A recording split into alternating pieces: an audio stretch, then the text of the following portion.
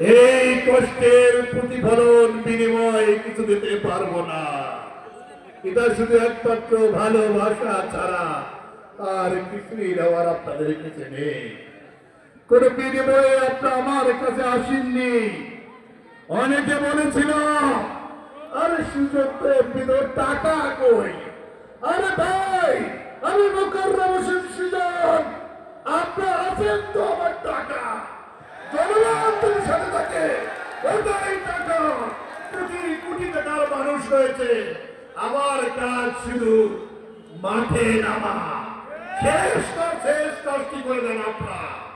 এই জন্য আপনাদের শেষ ভোটটাও আমাদের দরকার। কোনোভাবে ভাববেন না যেহেতু জামাত শুরু হয়েছে আমি আর আপনাদের কাছে আগের মতো করে বিদায় দিতে পারলাম না। আপনারা আমাকে ক্ষমা করে দেবেন। আর বিনয় শেখ বলছি, আজকে বিনয় শেখ সবার কাছে এই ভালোবাসা